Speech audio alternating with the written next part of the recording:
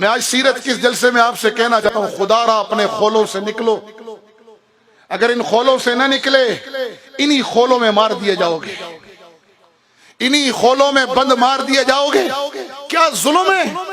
جو تبلیغ میں نکلا ہے وہ جہاد کی مخالفت کر رہا ہے، جو جہاد میں نکلا ہے وہ مدرسوں کو ٹیڑھی نگاہوں سے دیکھ رہا ہے اور کہہ رہا ہے یہ کچھ نہیں کر رہے، اور جو مدرسوں میں بیٹھا ہوا ہے وہ مجاہدین کا انکار کیے بیٹھے ہیں، اور جو جہاد میں نکل جائے وہ خانقاہوں والے سیاست کا، سیاست والے فلاحی کاموں کا۔ یہ کیا ظلم برپا ہے؟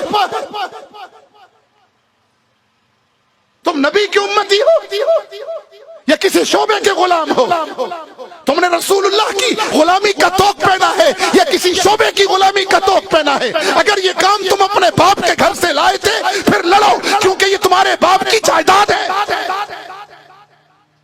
اور اگر ایسا نہیں ہے، تبلیغ، دعوت، تزکیہ، جہاد، خیر کے کام، فلاحی امور، سوشل ورکر، سیاست اسلامیہ، تعلیم و تعلم، اگر یہ تمہارے نبی کا دیا ہوا کام ہے تو پھر سارے ہمارے کیوں تقسیم ڈال رکھی ہے؟ ایک چلہ لگاتے نہیں، علماء پر باتیں شروع ہو جاتی ہیں، جہاد کے میدانوں کا ایک پھیرا لگتا نہیں ہے اور خانقاہوں پہ باتیں شروع ہو جاتی ہیں۔ دو ضربیں لگانی ابھی آئی نہیں ہیں، پہلے لطیفے کا سبق ابھی پار کیا نہیں ہے اور بیٹھ کر انگلیاں اٹھاتے ہو سوشل ورکروں پر، اور ان کو دیکھو سوشل ورکر بن گئے، کنویں کھود رہے، نمازوں سے غافل ہیں، شادیاں کرا رہے ہیں، دین سے غافل ہیں، جہاد سے غافل ہیں، عبادت سے غافل ہیں، تزکیے سے غافل ہیں، اور سیاست اسلامیہ کر رہے ہو تو باقیوں کا انکار مت کرو۔ بنفسی ہی، نہ میں مدرس ہوں، نہ صوفی ہوں، نہ مبلغ ہوں، نہ مجاہد ہوں، نہ سوشل ورکر ہوں، نہ سیاستدان ہوں، کچھ نہیں۔ کیا حیثیت ہے میری؟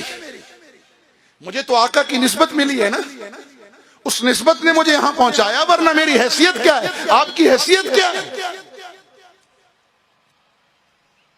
نکلو ان خولوں سے، جوڑ کے مینڈک مت بنو، تم تو رحمت للعالمین کی امت ہو، تمہیں پوری دنیا کی ہدایت اور غلبہ دین کے لیے نکالا گیا۔ تمہیں کہا گیا کنتم خیر امت اخرجت للناس، تمہیں کہا گیا ہے کہ لیظہرہ علی الدین کلہ، تم جوڑ کے مینڈک بنے ہوئے۔ تبلیغ اگر تمہارے باپ کا، میرے باپ کا کام ہے تو پھر لگے رہو، پھر سب کا انکار کر دو۔ جہاد باپ کے گھر سے لے کر آئے ہو تو سب کا انکار کرو، ایسا نہیں ہے۔ میں مجاہد اس لیے ہوں کہ میرا نبی مجاہد اعظم تھا، میں مبلغ اس لیے ہوں کہ بلغ ما انزل الیک من ربک، یہ آیتیں میرے نبی پہ نازل ہوئی ہیں، میرا نبی مبلغ اعظم تھا۔ میں تزکیہ اس لیے کر رہا ہوں اور کرا رہا ہوں کہ میرے نبی کی ذمہ داریوں میں تھا وَيُزَكِّيهِمْ، جی ہاں میں خدمت خلق اس لیے کر رہا ہوں کہ میرے نبی نے فرمایا تھا خیر الناس من ينفع الناس۔ میں سیاست اسلامیہ میں اس لیے نوکر بن کے چلتا ہوں اپنے اکابر کا کہ میرے نبی نے تخت مدینہ پر بیٹھ کر سیاست اسلامیہ کی بنیاد ہی نہیں رکھی، کر کے دکھائی ہے۔